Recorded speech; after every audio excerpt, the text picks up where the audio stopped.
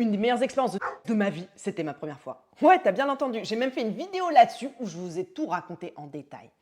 En fait, on nous vend tellement l'idée que la première fois, c'est forcément un truc pas génial, maladroit, douloureux, qu'il faut juste faire quelque part pour s'en débarrasser, que quand je dis que moi j'ai adoré, ça surprend toujours. Et pour de vrai, on peut vivre une expérience incroyable dès la première fois. Et c'est important parce que ça pose souvent aussi les bases de comment on va vivre cette. Dans cette vidéo, je vais t'expliquer comment mettre un maximum de chance de ton côté. Que tu t'apprêtes à vivre ta première fois ou que tu cherches une ressource à envoyer à ton petit cousin, ta cousine, quelqu'un que t'aimes pour la première fois. Quelqu'un que tu aimes pour que sa première fois se passe bien. On va voir ce qu'on dit jamais sur la première fois, comment te préparer sans te mettre une pression de dingue et comment ça se passe concrètement pour la personne qui pénètre et pour la personne qui est pénétrée. Et quoi faire si ça se passe pas comme dans les films. Parce que spoiler alerte, ça se passe quasiment jamais comme dans les films. Et encore moins comme dans les films X. Alors on va commencer par 3 trucs super importants. 3 mythes que plein de gens prennent pour des vérités générales et que casser va vraiment t'aider à vivre une autre expérience. Déjà, quand on dit première fois, on parle souvent comme si c'était évident. Une pénétration d'une banane d'un homme à l'intérieur d'une femme. Le grand classique hétéro. Le truc qu'on visualise dans un lit avec des draps bien blancs et une petite musique. Mais dans la vraie vie, ta première fois, ça peut être ta première pénétration. Ça peut être avec des doigts, une banane, oui, un jouet. Ta première fois complètement nue avec quelqu'un. Ta première fois quelqu'un du même genre. En fait, dans la réalité, quand on y pense, on a plusieurs premières fois. Donc toi, tu as le droit de décider ce que c'est la première fois pour toi. L'idée que moi j'aime bien et que je préfère, c'est de se dire que la première fois, c'est la première fois que tu te sens prêt à partager ton intimité avec quelqu'un. Et quel que soit ce que ça veut dire pour toi en fait. La deuxième chose que je veux trop casser, c'est que ne pas avoir déjà fait l'amour, c'est pas une honte. T'es pas en retard sur quoi que ce soit et t'es pas nul si ça t'est pas encore arrivé. Et ça, c'est valable que t'aies 16 ans, 20 ans, 25 ans, même 40 ans, 30 ans. Le fait de dire j'ai jamais fait l'amour, j'ai pas envie de faire n'importe quoi, j'ai envie de vivre une belle expérience, c'est une force. Une force de malade vraiment et tu peux en être fier. Et c'est important de le dire pour 2 raisons. Pour que l'autre personne, il ou elle, puisse prendre plus de temps, s'adapter, être doux, expliquer, rassurer, surtout si l'autre personne l'a déjà fait. Et aussi parce que honnêtement, pour beaucoup de personnes, c'est juste un honneur. Moi par exemple, j'adore initier. J'adore être la personne avec qui une autre personne va vivre sa première fois. Encore une fois, on a plusieurs premières fois. Évidemment, moi je ne fais pas de sexe avec des mineurs ou des gens qui ont moins de 20 ans. Ne vous inquiétez pas. Et ça, c'est valable quel que soit ton genre. Donc même si tu es un mec, tu peux le dire. C'est un cadeau énorme que tu fais à l'autre personne et une marque de confiance. Donc il n'y a pas du tout de honte à avoir. C'est un truc valorisant. Et si vous êtes les deux à jamais l'avoir fait, le savoir aussi c'est cool. Moi c'était mon cas, les deux on l'avait pas fait. Découvrir ensemble, ça a créé un lien et on va s'en rappeler. Le troisième truc qu'on nous raconte aussi et que vraiment faut oublier, c'est la douleur et le sang. En mode l'hymen, c'est une espèce de film qui se perce comme un film classique de yaourt. Bah non. Déjà la douleur, pour de vrai, elle n'est pas obligatoire. Ce qui fait mal très souvent, c'est quoi? C'est la vitesse. Aller trop vite, bam bam, comme dans un film. Ça n'existe pas pour la première fois. On ne peut pas faire ça. Ensuite, le stress, c'est super stressant comme expérience. Et le manque de lubrification, le fait que le corps ne soit pas prêt.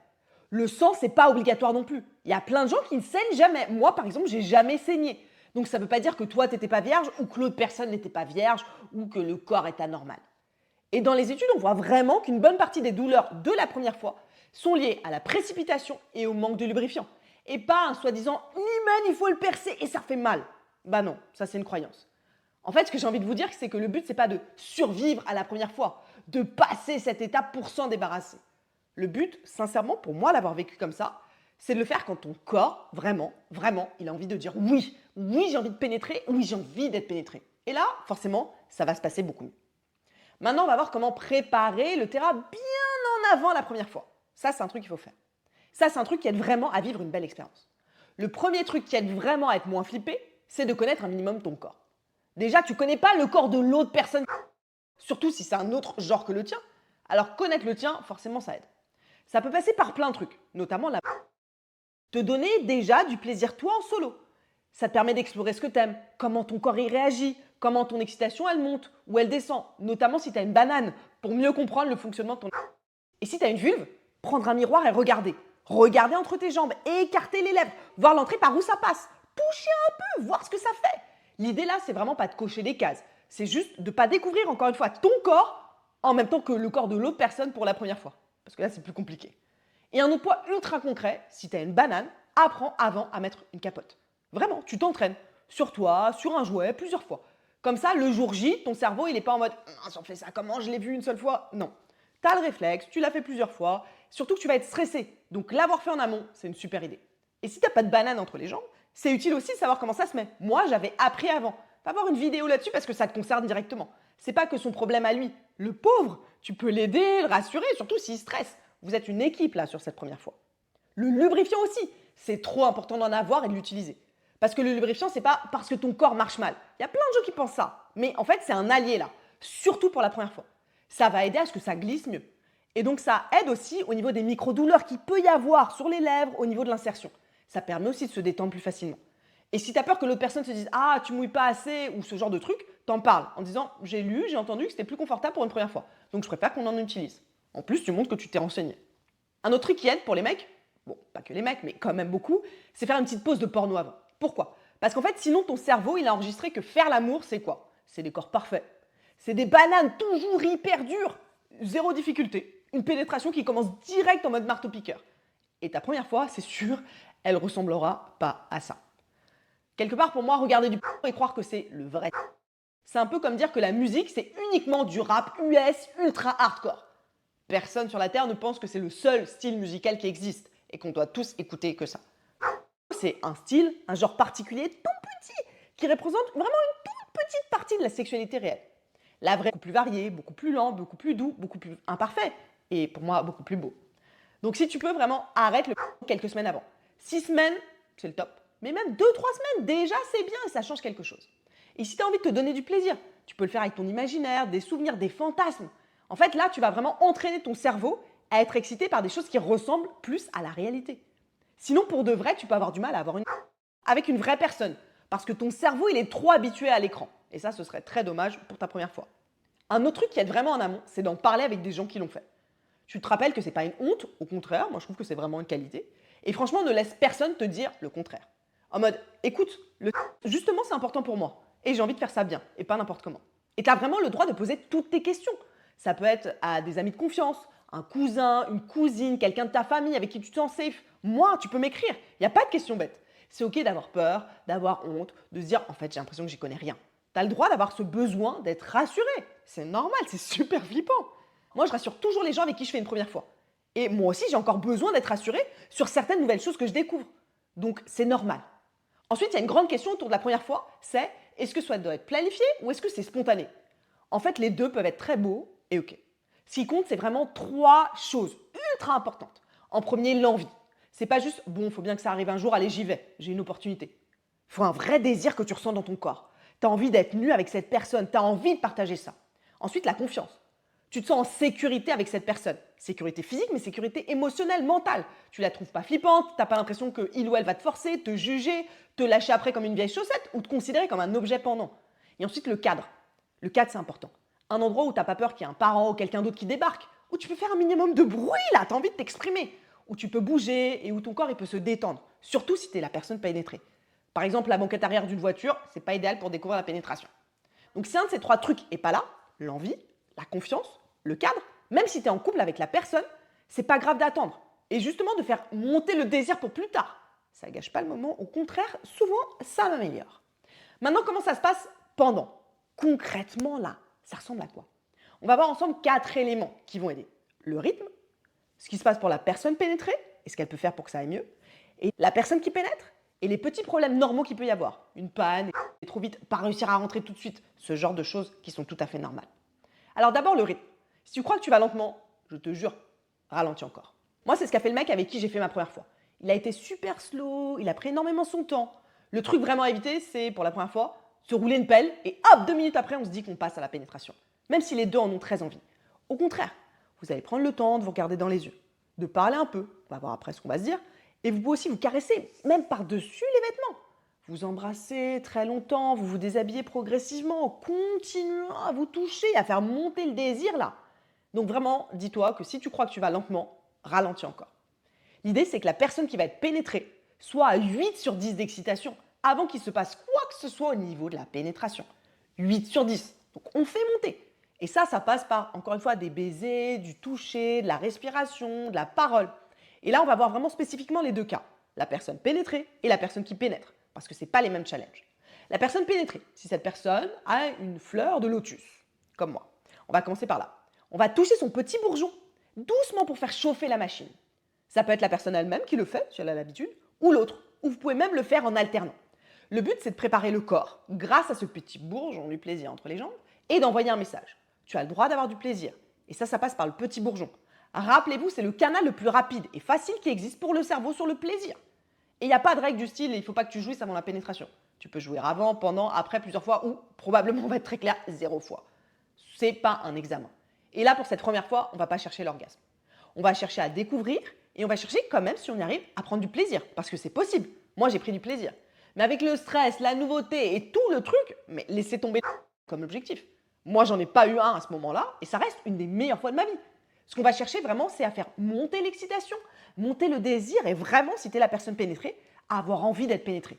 Et en même temps, à se détendre, à ouvrir ton corps, à détendre tes muscles. Parce qu'on va accueillir pour de vrai quelqu'un à l'intérieur de soi. Donc on va prendre des grandes respirations profondes, chercher à se détendre sur le matelas. Vraiment, visualisons que tous les muscles se détendent sur le matelas. Même s'il y a du désir, même s'il y a de l'excitation. On peut avoir du désir et de l'excitation et de la détente. Et avant la pénétration, les doigts, ça peut aussi aider, si les deux en ont envie. Si tu te sens OK avec ça, mettre un doigt peut aider à préparer le terrain. Ça peut être juste un doigt avec un léger va-et-vient, et même éventuellement 2 doigts si le corps dit oui. Tu peux le faire toi-même, si tu es plus à l'aise, ou l'autre personne. Et même, tu peux le faire en solo avant dans ta chambre, pour voir que ça passe bien et te rassurer. Ça dépend comment tu le sens. Il faut comprendre que ce n'est pas obligatoire. C'est juste un outil possible pour que le corps se dise « Ah, ouf, oui, ça peut s'ouvrir sans danger ». Parce que sincèrement, parfois, on a juste peur que ça passe pas. Moi, j'avais cette peur, par exemple. Maintenant, le moment de la première pénétration en elle-même. On va passer en mode slow motion, respiration profonde. Concrètement, je vais vous expliquer comment on fait là. Alors, on va prendre la banane ou le jouet et le poser à l'entrée. Juste poser, on ne force pas. L'idée, c'est de sentir du contact, là où ça va rentrer. Et une très légère pression, très légère. On va respirer ensemble et prendre 5 grandes respirations dans cette position-là, avant que ça rentre. Ça crée de la connexion, de la réassurance pour les deux. La personne qui pénètre peut dire « Je suis avec toi, tu me guides, on va à ton rythme, on peut s'arrêter à n'importe quel moment ». Ensuite, la personne pénétrée peut guider avec sa main, ou c'est l'autre personne qui tient sa banane ou le jouet et le guide. Mais dans tous les cas, c'est la personne pénétrée qui doit se sentir aux commandes. C'est son corps, ses ressentis. Donc soit elle fait rentrer elle-même, soit elle guide l'autre personne. Il y a 2 grands scénarios possibles là. Soit ça s'ouvre doucement et on va garder une légère pression continue, ça rentre un peu, on fait une mini pause, on respire, puis on avance encore un peu et ça s'ouvre. Là, il n'y a pas encore de va-et-vient. Pas du tout, on essaye juste d'ouvrir et de rentrer. Deuxième option assez courante, et moi ça m'est arrivé, ça passe pas. Dès le début, ou ça bloque un tout petit peu après. Et moi à ce moment-là, j'ai tellement paniqué, je me suis dit, mon Dieu, je suis anormale, ça rentrera jamais. Vous inquiétez pas, c'est normal d'avoir peur. Et du coup de se crisper. Moi j'avais peur et j'ai fait et du coup ça passait encore moins. Donc on va desserrer ça et laisser passer. Qu'est-ce qu'on fait dans ce cas? On garde juste une légère pression, sans forcer. Faut pas dire, allez je force, ça rentre, ça doit casser cette hymen. Pas du tout. La personne pénétrée va, moi c'est ce que j'ai fait, respirer profondément. On expire surtout longuement. Et vous pouvez de nouveau respirer ensemble, ça aide de le faire à 2. Et si tu es la personne pénétrée, tu vas visualiser que tu détends ton périnée. Visualise comme si tu avais une fleur entre les jambes et que tu l'ouvres. Et quand tu expires, tu visualises que tous les pétales s'ouvrent. Parce que quand on a peur, on a le réflexe de se tendre, de refermer, de serrer. Et là, c'est l'inverse qu'on doit réussir à faire. On souffle, on se détend, on souffle petit à petit. On peut même en même temps toucher le petit bourgeon pour aider le corps vraiment à associer ouverture égale plaisir. Faire remonter l'excitation si le stress il est trop présent. Donc vraiment caresser le petit bourgeon, tout, même la personne elle-même qui se fait pénétrer, ça aide énormément. Et si ça passe pas aujourd'hui, c'est pas grave. Vous pouvez arrêter, revenir aux caresses, réessayer un tout petit peu après, ou même un autre jour. C'est pas raté, c'est juste un essai et on apprend. Et là vraiment l'accessoire que je vous conseille pour cette première fois, c'est encore une fois le lubrifiant. En vrai, ça peut faire toute la différence. T'en mets sur la banane, le jouet, sur l'entrée aussi, donc les 2 côtés, et ça aide. Aussi un oreiller ou un coussin sous les fesses pour aider l'angle de pénétration. Ça va aider à détendre. On peut plus se détendre quand on a un coussin sous les fesses. Maintenant, pour la personne qui pénètre, comment on fait? Que ce soit avec une banane ou avec un jouet. Alors toi, ta priorité, c'est la sécurité et le rythme de l'autre. Pas ton rythme à toi. Même si au début, tu vas trouver ça délicieux. Et peut-être tu vas avoir envie, c'est un réflexe naturel, de pousser. Tu vas devoir lutter contre ce réflexe. Tu n'es pas là pour être un dieu du... T'es pas là pour faire comme dans un... T'es pas là non plus pour montrer t'inquiète bébé, je gère. Ça veut dire que tu vas parler, tu vas rassurer l'autre et tu vas lui demander « ça va? Plus lent? Guide-moi ». Et tu es prêt vraiment à t'arrêter à tout moment, même si ta banane dit « non, vas-y, continue, pousse ». Non. Donc tu vas aussi devoir gérer ta propre excitation. Parce que tu peux ressentir des sensations très fortes la première fois. Soit c'est tellement intense que tu as l'impression que tu vas en 10 secondes, soit au contraire, tu es tellement stressé que tu as du mal à ou même à bander. Les 2 sont possibles et c'est tout à fait normal. Tu as le droit de ralentir, de t'arrêter, de sortir, de revenir au petit bourgeon pour donner du plaisir, à des caresses, de faire une pause. Ton objectif, c'est pas de dire ok, je dois tenir X minutes, sinon c'est loupé, ou cocher toutes les positions. C'est de pouvoir dire à la fin, ok, on s'est respecté, on s'est écouté, je lui ai pas fait mal, on a partagé un beau moment qui était doux mais aussi excitant. Maintenant, on va voir les petits problèmes qui peuvent arriver. Je veux le dire très clairement. Tu peux très vite la première fois, et c'est pas un drame, en quelques secondes. Tu peux aussi ne pas du tout réussir à équilibrer, et c'est pas un drame non plus. Tu peux perdre ton et c'est pas un drame non plus. Il y a souvent tellement de stress, d'anticipation, de peur de faire mal à l'autre, de peur de ne pas être à la hauteur. C'est une énorme pression pour la personne qui pénètre. Donc je te jure que ça arrive à plein de gens. Ça veut rien dire sur la suite de ta vie intime. Tu as le droit de dire à l'autre personne surtout je suis stressée. Je crois que mon corps il bug un peu là. C'est pas toi, c'est mon cerveau qui fait n'importe quoi. Moi ça m'est arrivé pendant ma première fois et c'était ok. Mon mec n'a pas réussi à... Il n'y a eu aucun souci, je l'ai pas mal pris. On peut rire un peu, respirer, faire une pause, se faire un câlin. Et ce sera quand même une très belle première fois, quoi que le corps y fasse. Surtout retiens que c'est pas parce que ça arrive ta première fois que ça va arriver les fois d'après. Ça n'a rien à voir.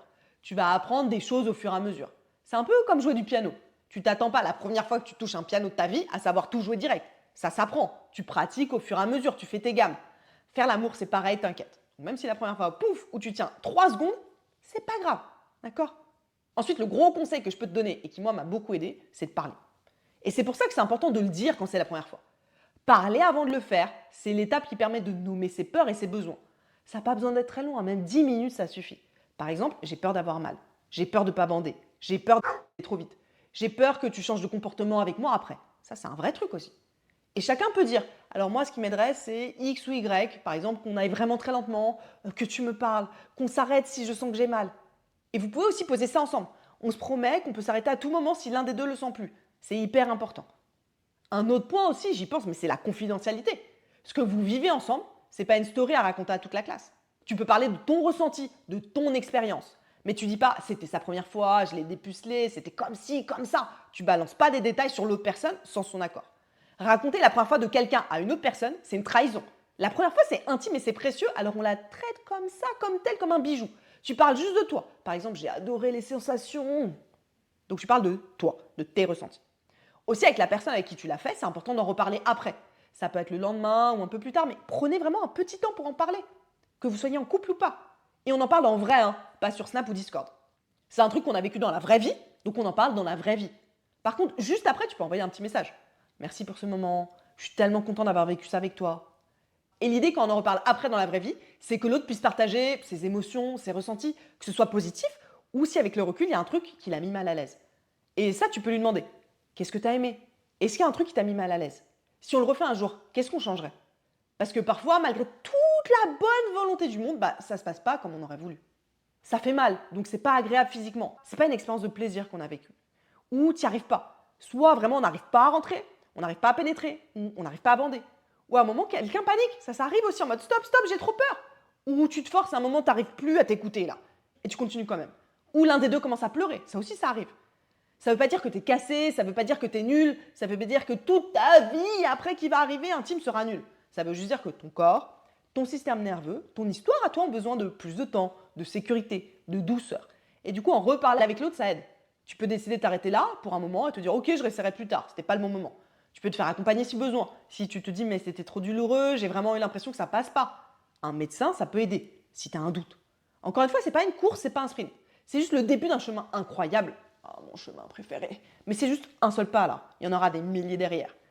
Et si tes parents, grandes sœurs, tonton, marraine, prof, peu importe, et que tu as envie d'aider une personne à vivre une première fois qui soit plus douce et plus en conscience aussi, notamment si tu as peur que la personne elle s'embarque ou se fasse embarquer dans un script comme dans un film X, alors que la vraie vie, ça n'a rien à voir, tu peux lui envoyer cette vidéo.